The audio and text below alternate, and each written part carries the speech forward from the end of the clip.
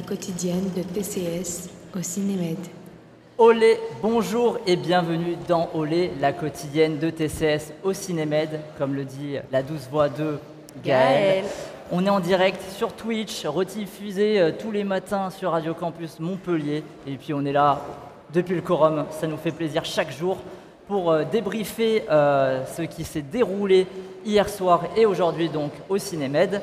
Pour ce nouvel Olé, c'est le réalisateur Quentin Reynaud et le comédien Alex Lutz qui seront nos invités et qui viendront nous présenter En plein feu, qui sera diffusé ce soir à 21h en salle Einstein. Et comme chaque jour, nous terminerons bien sûr par l'Olé Quiz de Marie, ainsi que le programme de la soirée et de demain au Cinémed. Pour m'accompagner aujourd'hui, Antoine, Tico, Clara et Marie sont présents. J'aurais peut-être pas dû faire dans ce sens-là pour vous présenter. Comment ça va ? Ça va. J'ai passé un super week-end, mais ah ouais, c'est un autre sujet. J'avais noté, j'avais dit Romy ton week-end. On sait toujours pas ce que t'as fait. J'adorerais vous le dire, mais on parle de cinéma ce soir. Donc, t'es sûr que tu veux toujours pas nous en parler ? C'est pas le sujet. Bon, ok. Pourtant, on avait loué le quorum juste pour ça. Ouais, t'abuses. Clara, ça va ? Oui, ça va super. Nickel. Bon, super. Toi, je te demande pas parce que j'imagine que tu vas bien. Ouais, vu ce qui s'est passé hier, c'est bon. Hein Mais non, elle était bien ton très émission. bien, Elle était très bien. Elle était très bien. On trêve de plaisanterie. Débutons ce 4e épisode de Olé par le débrief. Le débrief de la quotidienne. Comme tous les jours, on commence par des petits retours et débats sur les films que nous avons découverts hier au Cinémed et aussi aujourd'hui. Et débutons tout de suite avec le film de nos deux invités, En plein feu, mis en scène par Quentin Reynaud. Alors, le pitch du film, alors qu'un incendie de forêt ravage la région depuis des semaines, Simon et son père Joseph doivent quitter leur maison et prennent la route suite aux alertes d'évacuation. Mais le vent se lève, rendant le feu impossible à contrôler. Prisonniers de leur véhicule et seuls dans une forêt transformée en brasier géant, Simon et Joseph réussiront-ils à s'en sortir ? C'est un film avec Alex Lutz qui joue Simon, avec André Dussolier qui joue Joseph. C'est bien, il y en a une qui a suivi. Oui. Qu'est-ce que vous en avez pensé ? Tico, je crois que tu as bien aimé. Oui, moi j'ai vraiment bien aimé. C'était un film qui était intéressant parce que c'est d'actualité, mine de rien, les feux de forêt, et ça va se répéter de plus en plus. Et oui, j'ai trouvé la réalisation qui était vraiment, vraiment bien faite. J'ai beaucoup aimé comment on voit le danger au début, qu'il est relativement loin et qu'après, ça se rapproche d'un coup quand on s'y attend pas et que finalement, le spectacle devient terrifiant et le changement d'ambiance avec les cadres qui se resserrent, la profondeur de champ qui diminue, les couleurs rouge, jaune, orange qui deviennent omniprésentes. J'ai bien aimé aussi le fait qu'à plusieurs moments, on a l'impression qu'il y a quelque chose qui va sauver les héros comme ça par magie, mais que finalement, à chaque fois, le piège s'intensifie. C'est vrai que, tu t'en parlais, il y a une tension au début du film qui fonctionne hyper bien avec l'alarme qu'on connaît tous, qu'on entend chaque premier mercredi du mois. Si vous ne l'entendez pas, vous êtes dans la merde le jour où il se passe vraiment quelque chose. Ouais, ça fonctionne super bien. Clara, toi, qu'est-ce que tu as pensé du film ? Moi, j'ai bien aimé. J'ai trouvé que c'était un film assez agréable à regarder, qui était très joli. La photo était vraiment incroyable. Les couleurs, tout ça, la lumière, c'était très, très bien fait. Après, ça m'a pas forcément touchée. À certains moments, j'ai trouvé que, par exemple, le décès du grand-père était un peu survolé. Direct, elle balance des trucs. Vous avez rien entendu, bien sûr, dans le quorum. Le film n'est pas du tout diffusé ce soir à 21h en salle Einstein. Non. Oups. Du coup, oui, je disais le décès de tous les personnages, ou d'aucun d'entre eux, on ne sait pas. T'as pas aimé, on va dire grossièrement, la tournure du scénario qu'elle prend au fur et à mesure ? Oui, c'est ça. T'as vu comment j'essaie de te rattraper ? Je suis sympa. Je suis plus sympa que pendant les filages. Oui. Et sinon, qu'est-ce que t'as pensé des comédiens ? C'était un peu moyen, j'ai trouvé quand même. Oh là là. Alex, désolée. si tu nous entends. Non, Pardon si tu nous entends. Mais non, ouais. En fait, c'est pour ça qu'on n'aura pas d'invité ce soir. C'est parce qu'il ne voudra plus venir. Ils vont pas Merci Clara. Merci Clara. Désolée. Antoine, toi, tu avais bien aimé le premier film de Quentin Reynaud, 5e set. Est-ce que tu as suivi avec envie ce second film ? Eh bien, quand je suis sorti de la séance, je ne savais pas quoi penser du film. En fait, j'étais un peu perturbé Parce que en fait, j'ai beaucoup aimé l'ambition du film, le fait de faire un film catastrophe en France. On n'en a pas beaucoup. Je pense que tu peux les compter sur le doigt de la main facilement. Et des films réussis, encore moins du coup. J'ai bien apprécié c'est comment ils nous racontent l'histoire. Cette dimension un peu de rêve. Je trouve que les personnages sont très bien travaillés. Je peux pas trop en dire pour pas non plus spoiler. Pour pas faire ta Clara. Le background des personnages. Mais je trouve qu'il a très bien traité le sujet. Les scènes de tension sont très bien réussies. J'ai l'impression qu'on reste quand même pas mal de temps dans cette voiture, tu vois. On est enfermé. Je trouve que ça c'est bien réussi. On est même enfermé dans le cadre avec les personnages. Mais j'espère qu'on pourra revenir dessus avec le réalisateur.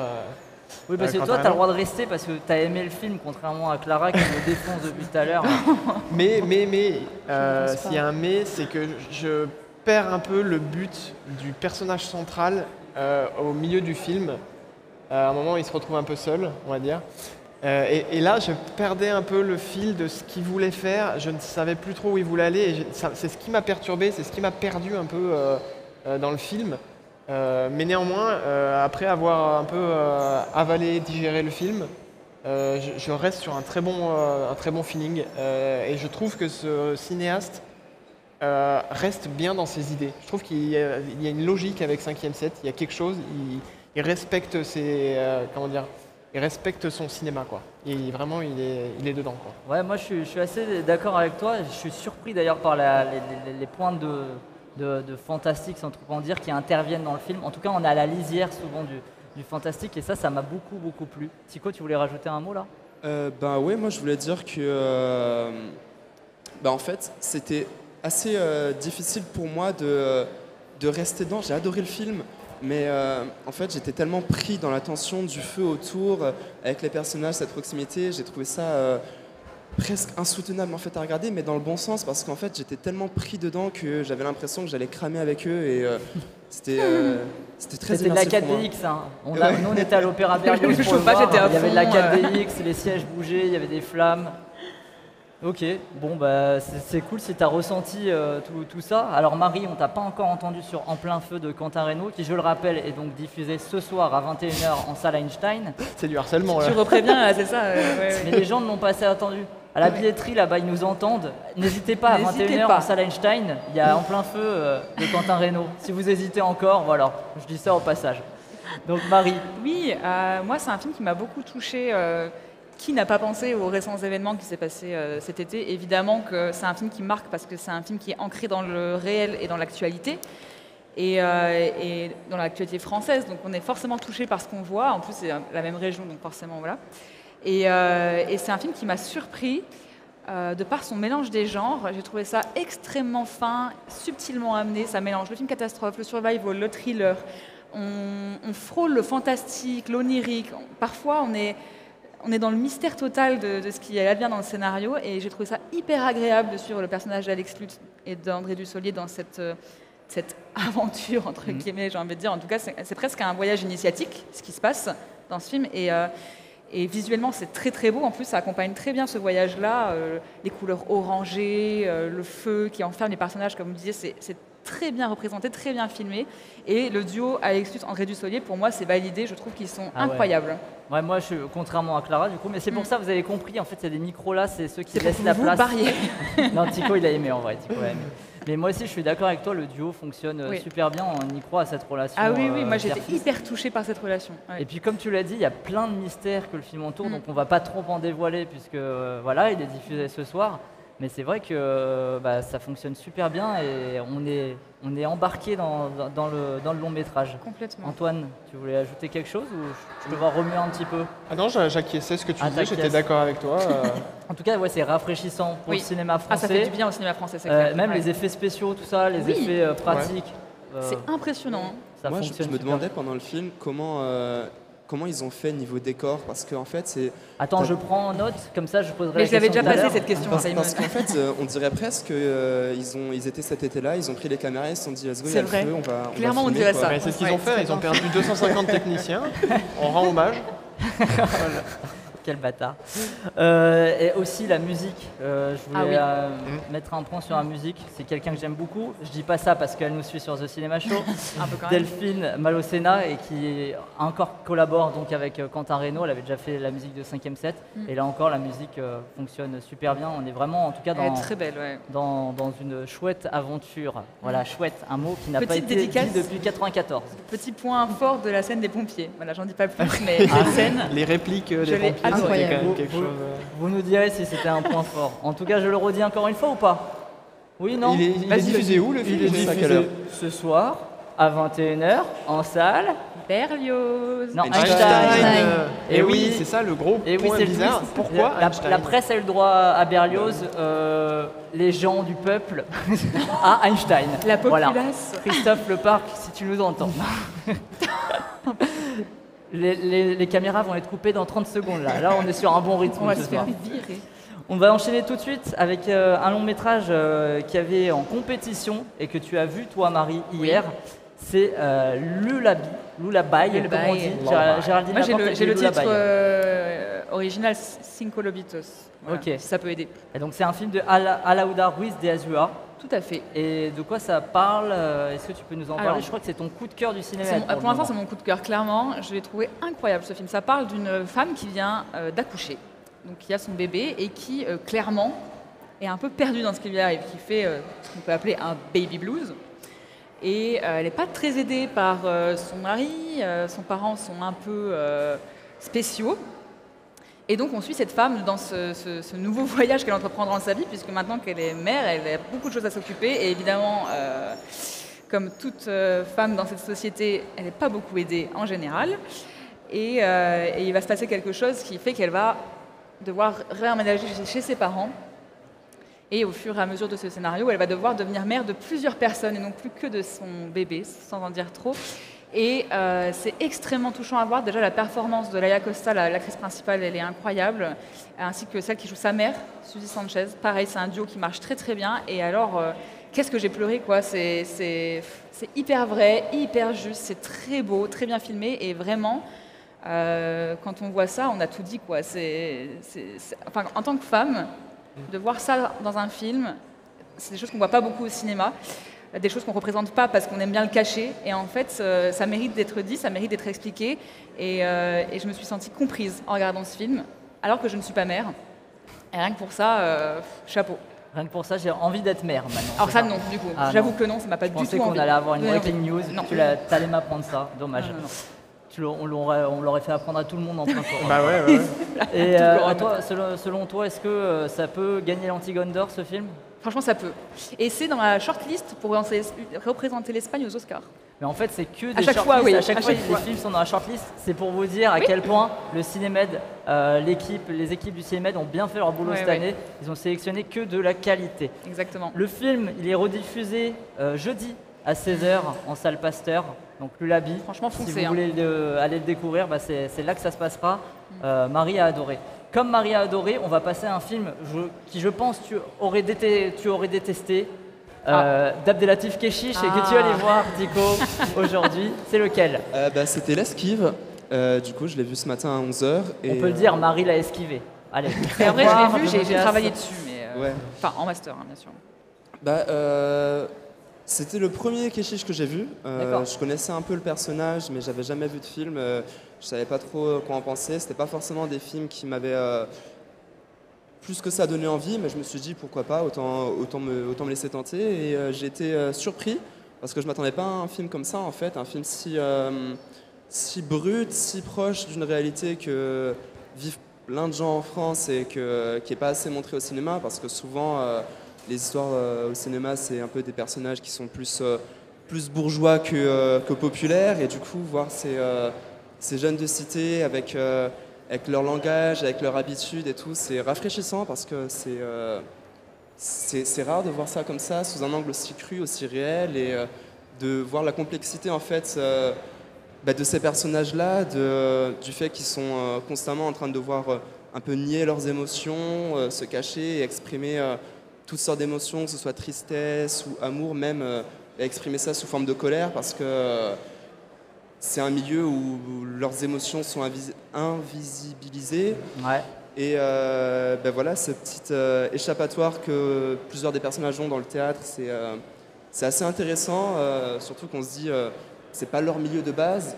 Et leur professeur d'école leur rappelle bien, parce qu'ils jouent une pièce où il y a des riches qui sont passés pour des pauvres et des pauvres qui sont passés pour des riches. Et finalement, les pauvres tombent amoureux des pauvres et les riches des riches. Et leur professeur leur rappelle que souvent, c'est les milieux qui restent ensemble. Et c'est une dure réalité qui a été montrée de façon crue mais réelle. Et aussi, oui, il y a beaucoup de cris, beaucoup de violence verbale parce que voilà, c'est des milieux qui n'encouragent pas trop l'expression et c'est dommage. Et voilà, le seul moment de calme un peu, c'était quand il y avait une interpellation de police parce que bon, on sait souvent comment ça se passe quand la police interpelle les gens de ces milieux-là. Et ça aussi, encore une fois, montré de façon très crue. J'ai assez bien aimé en fait. Je pense qu'on le comprend à travers tes mots, en tout cas. L'Esquive, il sera d'ailleurs rediffusé à 16h, le jeudi 27 octobre, en Berlioz, face à face entre vos deux films, là, attention. Jusqu'au bout, on est sur un face à face. Chacun ses choix. Rapidement, vous avez vu aussi des courts-métrages aujourd'hui. Oui. Clara Tico, Oui, est-ce oui. que vous pouvez nous en dire quelques mots? Moi, j'ai plutôt apprécié, en général, sur les 5 qui étaient présentés. Il y en a 4 que j'ai beaucoup aimé, un peu moins. Mais 4 ou 5, c'est déjà très bien. Et il y en a un que tu as plus retenu, il parlait de quoi Oui, c'est un court-métrage d'animation, Ok. Le Marchand de glace, il me semble. Et ouais, c'était 15 minutes et juste super, l'animation était incroyable. C'était muet, mais j'ai presque pleuré devant le court-métrage, donc voilà. Et oui, tu n'as pas le monopole des pleurs, Marie. Voilà. Heureusement. Et Tico, toi, qu'est-ce que tu as apprécié dans cet après-midi court-métrage? Du coup, je vais préciser que c'était la compétition numéro 3 avec Bonne Ouais. année 1982, Ice Merchants, Kyber, Puis vint la nuit et Hush. Franchement, merci d'avoir précisé, j'avais la flemme de chercher. Pas de souci. J'ai bien aimé parce que c'est aussi des films qui ne sont pas français et c'est pas forcément des nationalités qu'on a l'habitude de voir en salle. Du coup, il y avait un film albanais, colombien, roumain, un portugais français, un égyptien, un libanais, un palestinien. Et c'est des façons de faire que j'aime bien. J'ai bien aimé la réalisation dans l'essentiel des films. Après, il y en a quelques-uns, je trouve, qui manquaient de choses à raconter un peu. Mais c'est ça aussi le piège des courts-métrages. Il ne faut pas s'attendre à avoir un scénario qui est aussi développé, aussi précis que les longs-métrages, parce que forcément, ils ont moins le temps de mettre en place l'action, le développement et le dénouement. Et oui, aussi penser, en voyant les courts-métrages, voilà, que c'est pas des longs-métrages et que aussi, parfois, c'est des cultures qui ne sont pas les nôtres. Et il y a un film, Puis vint la nuit, qui est libanais, et je crois que ça parle d'une légende libanaise que je ne connaissais pas, et donc du coup, j'avais du mal à cerner un peu le but du film. Et j'ai entendu des gens derrière moi aussi se moquer un peu de Hush, qui parle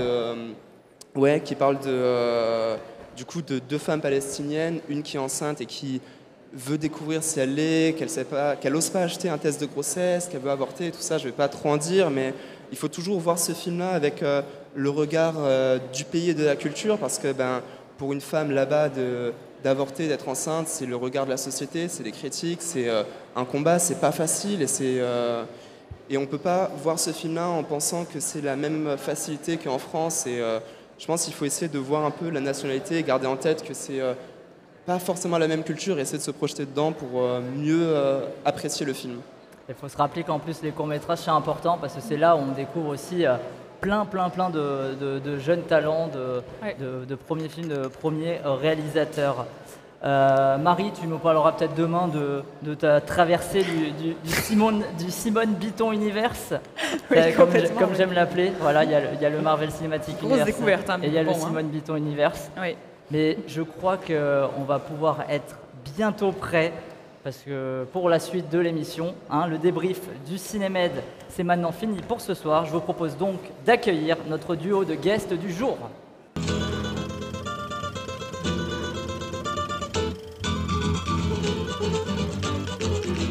L'invité de la quotidienne. Bonjour. Bonjour Alex Lutz. J'ai lancé un peu trop tôt, on dirait, quand Reno n'était pas encore prêt. Non, Je suis un peu rapide. il a été cherché. J'ai fait une faute au premier service et voilà, c'est pour ça. Comment vous allez? Bien, et vous? Bah oui, super. Nous, ça nous fait plaisir de vous réavoir dans The Cinema Show, puisqu'on vous avait eu pour Vortex et Adieu les... Non, pas Adieu les filles. Alors, À l'ombre des à filles. l'ombre des filles. Si je commence à me tromper. Adieu, bah non. Voilà, adieu. je confonds avec Adieu les cons, mais non, vous n'étiez pas dans celui-là. Pas On a un peu plus de 2 heures de la première en public En plein feu. On apprend ça comment?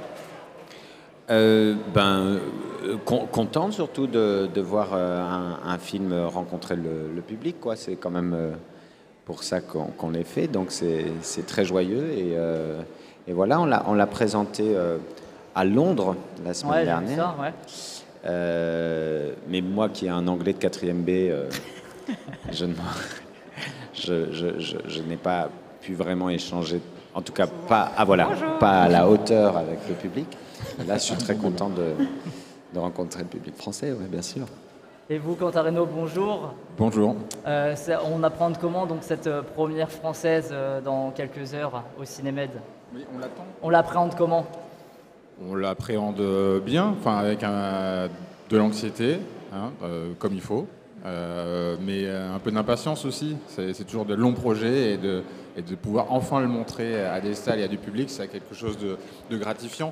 Bon, voilà, on sait que c'est risqué, on a plus de filet, mais c'est un vrai plaisir de pouvoir le partager dans ce beau contexte du Cinémed.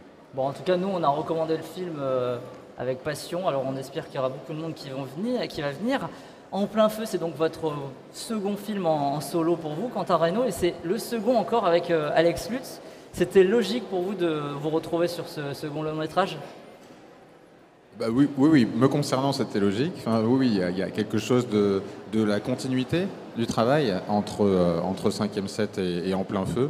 On a travaillé les personnages de façon différente, mais pour autant, les histoires les parcours, on va dire, peuvent être assez similaires. Voilà, moi, j'aime bien les films qui sont immersifs, dans lesquels on passe vraiment beaucoup de temps avec le personnage.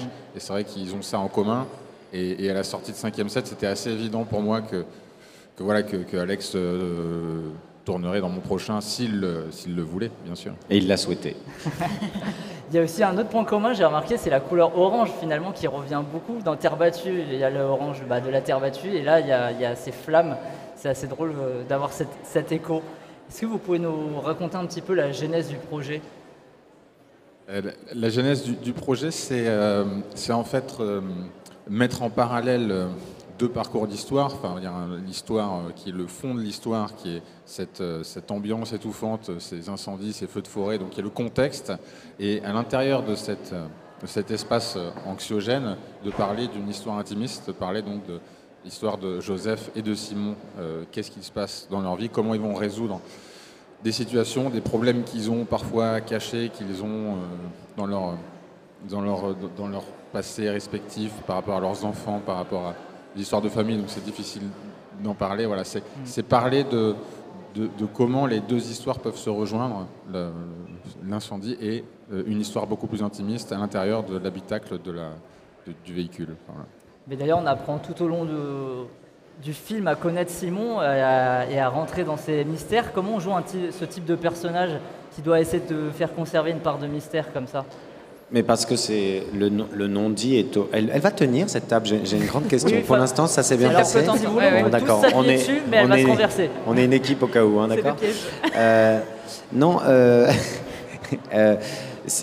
le non-dit est au cœur du film et au cœur de la relation père-fils avec André Dussolier qui joue mon père et moi. C'est-à-dire que même si André Dussolier incarne un père qui essaye de tenir la relation à son fils, et son fils, on l'apprend dans le film, pour plein de raisons personnelles par rapport à sa propre filiation, à ses propres enfants, et dans une période de sa vie très longue, comme ça, très empêchée, où au sens symbolique, mais là, ça devient au sens propre avec cet incendie. C'est quelqu'un qui se consume, et on voit ce père bien impuissant, voir son fils se consumer dans ce silence, dans ces démons, dans ces démons intérieurs et ces démons en flammes aussi. Donc il y a toute une filiation métaphorique.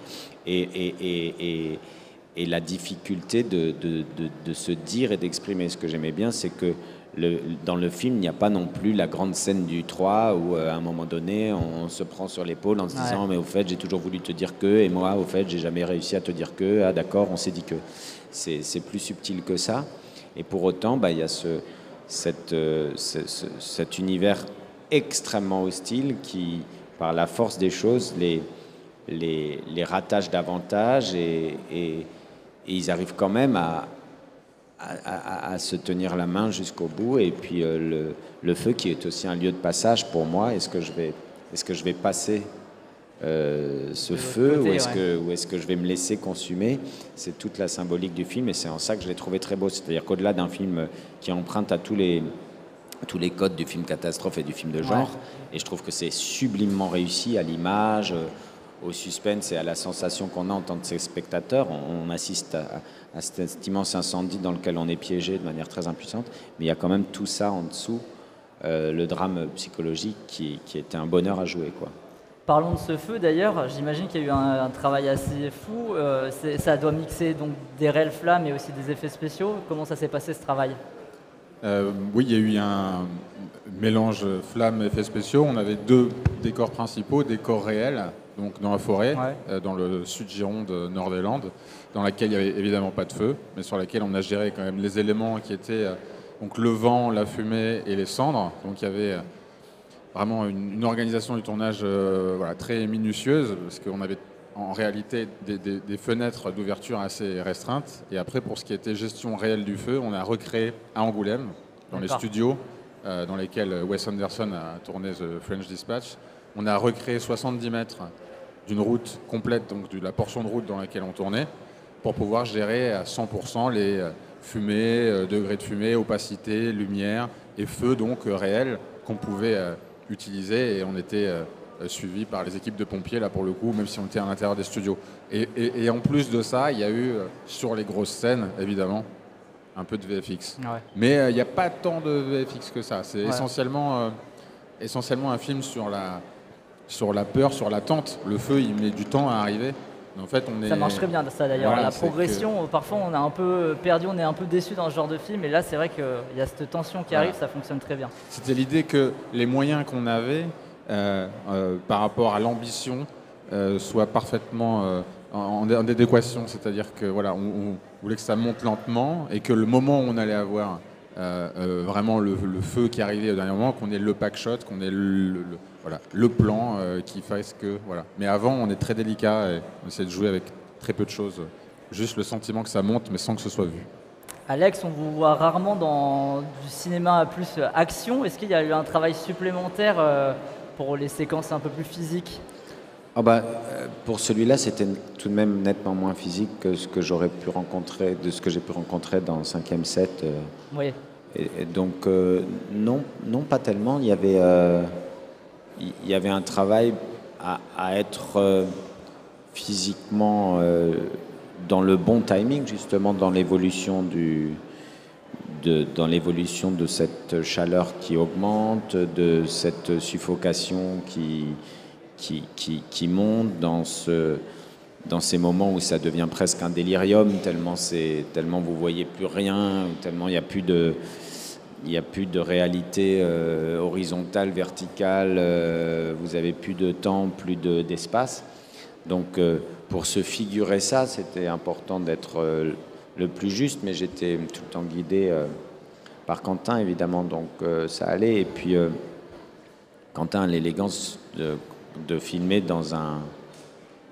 Enfin, quand il le peut, bien sûr, c'est pas toujours totalement respecté par la force des choses, mais quand même dans une vraie continuité sur ce genre de film, c'est un cadeau quand ça arrive, ça. Quentin Reynaud, est-ce que ça vous amuse de mettre Alex Lutz dans des états pas possibles? Parce qu'après, les matchs de tennis, il y a un sujet là-dessus. Voilà, et les feux en forêt, ça va être quoi? J'aime bien...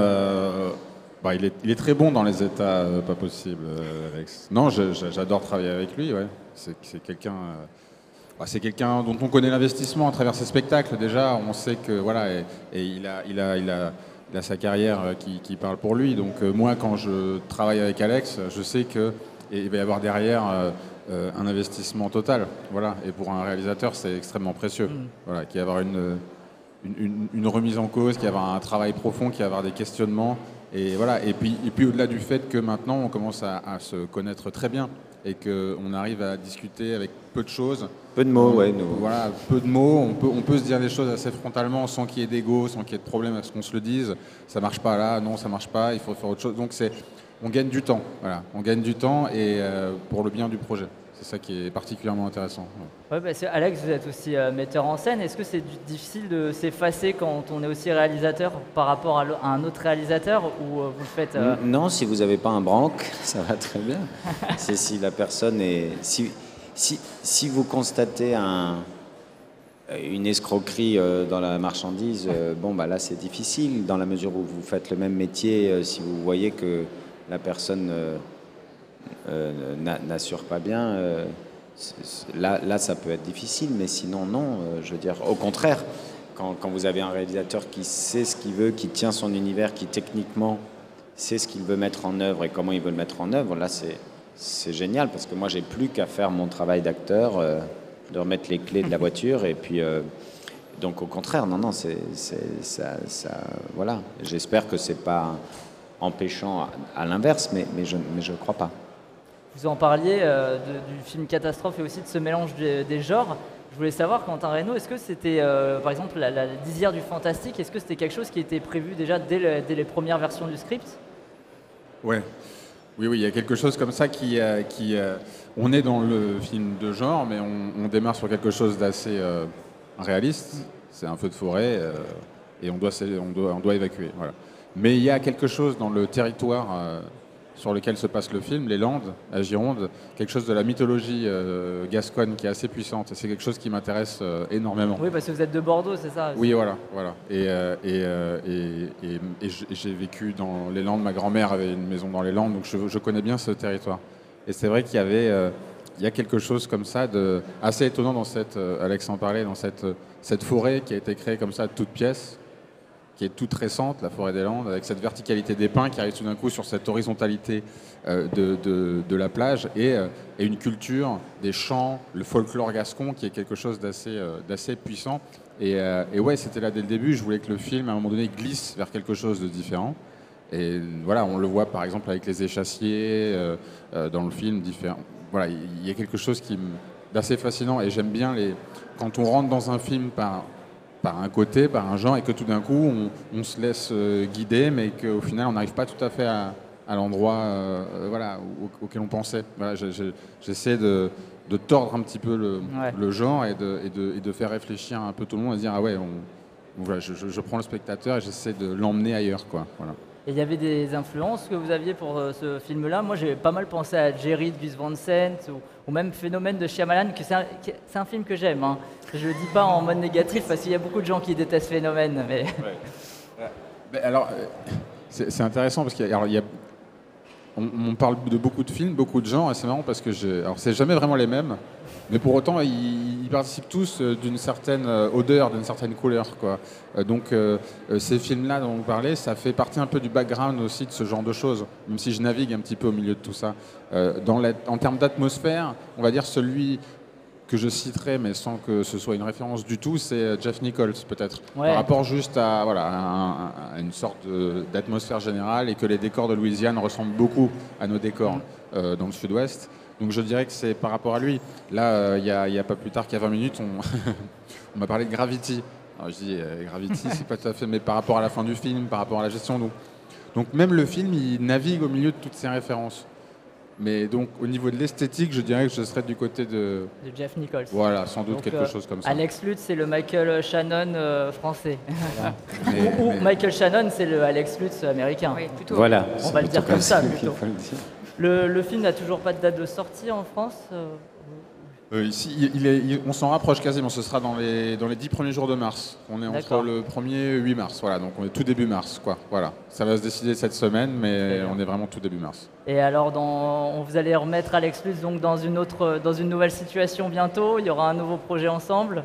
Ou c'est pas encore prévu On va voir. On est en train de réfléchir aux possibilités.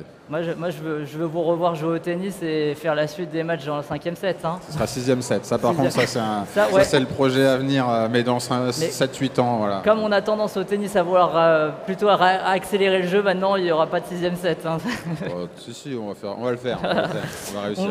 On termine toujours dans TCS par une petite recommandation. La dernière fois que je vous avais eu, vous m'aviez parlé de Batman. C'était un petit peu votre recommandation, ça m'avait surpris. Est-ce qu'il y a un film que vous avez vu dernièrement qui vous a marqué, que ce soit à la maison ou en salle? Moi, j'ai vu j'ai eu la chance d'être jury à Deauville cette année. Ouais. Et j'en parle parce que j'aimerais que ce film se voit, parce que je l'ai trouvé incroyable, c'est Aftersun. Aftersun, qui est un film que j'ai trouvé absolument dément, qui va sortir, ou je ne sais pas trop quand, voilà. Mais je l'ai trouvé... J'ai jamais vu un film aborder la question de la dépression ou du suicide d'un parent avec autant de pudeur et une intelligence dans la manière de raconter cette histoire qui était complètement dingue, quoi. Bon, on prend note de votre recommandation, surtout que tous les mercredis sur votre Instagram, vous mettez aussi des recommandations tous les françaises. mercredis, je poste les films des copains et des copines parce que ça me paraît important. Et bravo pour votre travail à vous aussi. Hein, merci. Voilà. Et vous, Quentin, un film? Mais moi, je ne vais pas en citer un, mais il y en a plein en ce moment, des films. Mais alors, on peut se plaindre qu'il n'y a pas de blockbuster américain, c'est vrai, mais là, il y a des tas de films français qui sont super bons, là. Ah oui, en film français, il y a un paquet de films. Innocent est super. Ouais. Innocent, novembre, il y a Belle et Sébastien qui est sorti. Il y a enfin, chez tous les Français qui sortent en ce moment, c'est impressionnant, là, il y a la qualité là, des films. Il y a le film de Stéphane Oslo, là, pour les enfants, là, c'est dingue en ce moment ce qui sort, là. C'est vrai que ça fait du bien au cinéma français. On a vu aussi quand même, parce qu'on peut s'inquiéter sur les chiffres, pas les chiffres, etc. Enfin, ça fait la une de plein de journaux, mais il y a aussi des films sur des genres très particuliers qui ont fonctionné. Et ça, moi, je trouve ça très encourageant. Vous voyez, La Nuit du 12, vraiment, a priori, vu le contexte, on aurait pu se dire, oh là là, je sais pas quoi. Et ça, c'est quand même quelque chose que j'aime dans le cinéma, dans ces périodes de crise ou pas, c'est qu'il n'y a quand même jamais de jurisprudence de ce qui va ou pas fonctionner.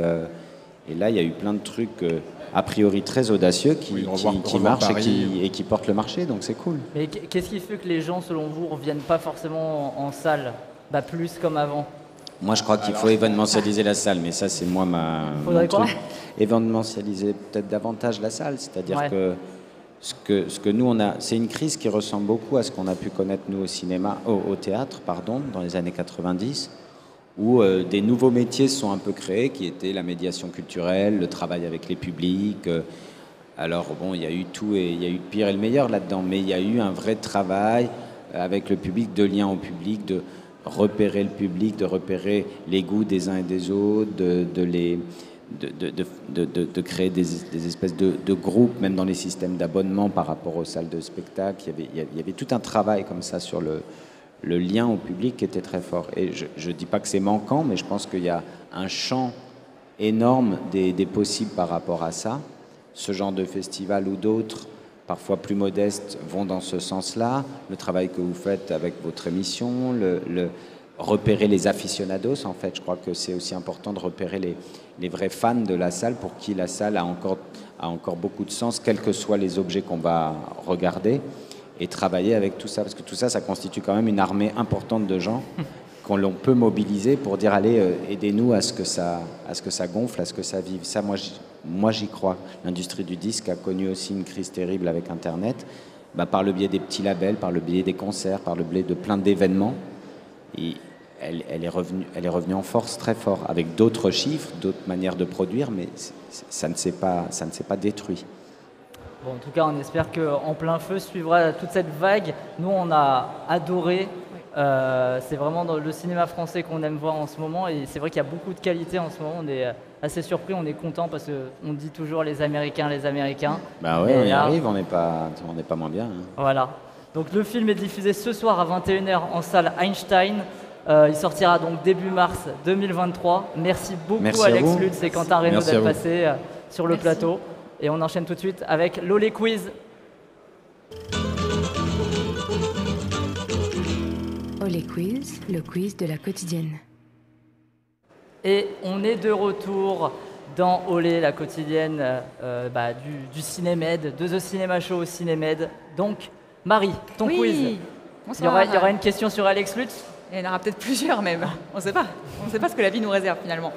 Mais la première, je vous la pose, n'est pas sur Alex Lutz. Allez. Elle est plutôt sur Ladia Costa, qui, je le rappelle, est l'actrice principale de Loulabi. Elle a joué, figurez-vous, avec pas mal d'acteurs et d'actrices à l'international. Parmi cette liste, un ou une ne l'a pourtant pas fait. Lequel ou laquelle? Mia Wasikowska, Nicolas Hoult, Gaël Garcia Bernal, Antonio Banderas ou Oscar Isaac. Donc la question c'est avec qui elle n'a pas joué, hein, Avec concrètement. qui elle n'a pas joué? Vous diriez quoi, vous? Je ne suis pas expert dans cette Mais filmographie, moi je non ne sais plus, pas. je connaissais pas cette dame il y a 30 secondes. Moi non plus. Après, elle est espagnole, donc on peut prendre tous les acteurs espagnols et. On et dit dire le que- troisième, on dit Le au pire. troisième c'était Gaël Garcia Bernal. Non, peut-être pas celui-là alors. Le dernier, Oscar Ah, Isaac. c'est peut-être un piège aussi. Ah, tu crois? Ouais. Bon, alors Oscar Isaac. Bah, Oscar Oscar Isaac, Isaac. allez. Ouais, allez. C'est dommage, hein. C'était C'est Gaël vraiment Garcia Gaël Bernal. Garcia Bernal, Voilà. hein. Elle n'a pas joué avec, mais bon, ça me fait un point pour moi, donc ça, moi ça me va. Hein. Écoutez, Mia Wasikowska c'était Piercing, Nicolas Hoult Nunes, Antonio Banderas et Oscar Isaac, les deux dans Life Itself. Désolé Eh oui, pour on vous. le savait en plus. Bah oui, vous le saviez très bien. Ouais. C'est pas grave, on passe à Sacré Film. Parmi ces films, lesquels font partie de la filmographie d'Alex Lutz? Vous me répondez oui, vous me Alex, tu répondez veux non. pas redescendre? Antoine, Nock, Oui. effectivement. Les gamins, Simon. Oui, je pense qu'il intervient dedans. Non. Plongée, Clara. Oui. Non. Non, non. Guy. Oui. Évidemment, Bien évidemment. facile. Les visiteurs de la Révolution. Non. Si, si. Mais bien sûr que si. Mais je l'ai pas vu. Ah là là. OSS 117, Rio ne répond plus. Oui. Voilà, Bien c'est ça. sûr. L'étudiante et Monsieur Henri. Non. Effectivement. Elle le savait. Hein. Et Enfin, Mon Poussin. Oui. Non. ça nous fait C'est combien pas là? Ça grave. nous fait du combien? Ça ne fait pas assez. Ça fait 3 fautes, donc 3 points pour moi, mais du coup ça vous fait 5 points quand même pour Ah. vous. Donc go. finalement, vous me dépassez. On est à 5-4. On passe à la question en Méditerranée. Aujourd'hui était projeté Le mariage de Rosa, d'Issien oui, Boleyn, oui. et bien sûr, film duquel est tirée l'affiche du Cinémed. Mais connaissez-vous bien le film? Pouvez-vous me dire dans quelle ville vit l'héroïne au début de l'histoire? 3 propositions. Grenade, Séville ou Valence? C'est Je vie, crois hein. que ouais, c'est possible. Hein, que ce soit Séville. C'est pas Vous l'avez Valence. pas vu, vous? Non. Au début, hein, parce qu'après elle ouais, déménage. elle déménage Donc, au sur la début, côte. où est-ce qu'elle vit? Ouais. Bon, on sait Séville, Ah, on tente je Séville. sais pas, j'ai un. Moi, ça me va. J'ai un truc. Vous validez Séville? Ouais. Séville. C'était Valence, je suis désolée. Et en plus, il a bien dit. Et ouais.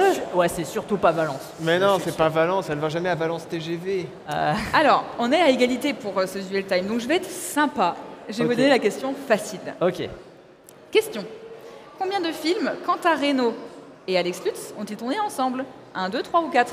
Je suis sûr, il y a un piège, il y a peut-être 3. un court métrage ou je sais pas quoi. Combien t'es de sûr, films long métrage Moi, je la crois. je dis trois. Le long Elle m'a dit métrage. tout à l'heure, je la crois. Combien de fois ils ont collaboré Ouais. ensemble? Ok. Je la crois, elle me l'a J'ai dit tout à l'heure. Allez, Je on suis l'a sûre dit. que c'est 3. 3. Ah, ils ont Bravo écouté, hein, ils ont Clara, bien écouté. toi, mais bien sûr. 5e set en plein feu et Paris Willoughby. C'était une co-réale Ah oui, il était avec dedans, Arthur c'est- Delair, mais Alex Lutz joue dedans. Bravo, vous gagnez 4 points, 9, et vous gagnez ce quiz haut la main. On t'a encore battu, Marie. Vous m'avez encore battu. Décidément. Merci beaucoup. Tu l'as écrit toute seule cette fois, il n'y avait pas Oui, de raf. tout à fait. On ne remercie surtout pas Raph. Vous commencez à en avoir l'habitude. Après le quiz, on enchaîne avec aujourd'hui au Cinémed. Aujourd'hui, au Cinémed. À 19h, il y a une avant-première qui va débuter. Du coup, c'est Tirailleurs de Mathieu Vadepied qui y va. Donc Marie, Antoine, Clara, Yvon. À 20h, il y a We Are Coming, chronique d'une révolution féministe de Nina Faure au Diagonal. T'aurais voulu y aller, Marie. C'est complet, Mais ceci dit. t'as pas Et le tant don mieux. d'ubiquité encore. Pas encore. Donc dommage.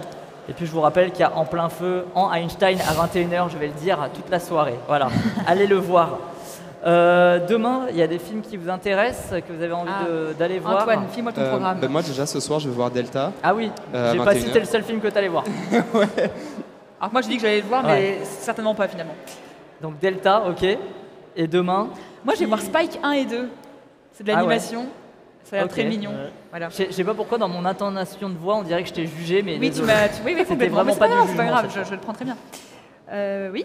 Vous avez rien d'autre? Non. Le court-métrage attends. numéro 4, je pense Ouais. que j'irai voir aussi. Moi, j'aimerais par bien voir curiosité. soit le 4, soit le 1. Ça Bah, on y a dirait les que c'est deux. des suites de films. Ah oui, moi je vais voir les courts-métrages aussi. Oui, tout Et à puis il y a fait. Péta ou Schnock demain C'est bien que soir. vous apprenez le programme là, en fait. Oui. On a fait nos emplois du temps, mais c'est juste qu'on se rappelle plus. tu Péta sais. ou Schnock, tu en parleras demain, de toute façon, pour le Ah soir oui. même. Il y a Oui. Nos Frangins à 18h au Diagonal c'était très aussi, bien, ça. qui était très On bien a de déjà Rachid vu, Bouchareb. Moi je vais voir Dédé, c'est cinéma géorgien. Voilà. Ah, donc tu C'est pourras le nous premier parler de film cinéma géorgien que je vois. géorgien, ouais, parce que c'est Tout à vrai fait. qu'on n'en Bah, a je pas encore pourrais trop aussi, parlé. parce pour que j'ai l'instant. vu un film documentaire, mais tu ne m'as pas donné la parole. Voilà. Tu en parleras demain. On parlera Clara, ensemble, Antoine. est-ce que tu vas voir, qu'est-ce que tu vas voir du coup? Non, demain je peux pas, mais du coup je vais voir Tirailleurs oui. ce soir. Quand même. Ah oui, tu vas voir Tirailleurs ce soir. Bon, en tout cas, tout le programme du Cinémed est bien évidemment sur le site. Et puis partout dans le Cinémed, il y en a plein. La preuve, Ouais. c'est le 10e que je viens de prendre. Sans transition, on va conclure maintenant cette émission. C'est l'heure de conclure Olé. Merci à mon équipe du jour d'avoir été en ma compagnie. Antoine, Marie, Tico, Clara, merci à vous. Remerciements à toutes celles et tous ceux que vous ne voyez pas et qui sont beaucoup plus jeunes que moi, et ça fait peur. Je parle des étudiants de l'ACFA et leurs encadrants qui nous permettent de faire cette émission tous les jours depuis le quorum. Vous avez vu, je me sens vieux maintenant. Ouais, moi aussi. Heureusement que tu es là, Antoine, pour refaire monter la moyenne d'âge. Antoine s'ennuie en ce moment, d'ailleurs, donc c'est lui que vous retrouverez demain dans le 5e épisode de cette 2e saison de Olé, la quotidienne de TCS au Cinémed. Sur ce, bonne soirée, bon festival et Olé! C'était Olé, la quotidienne de TCS au Cinémed.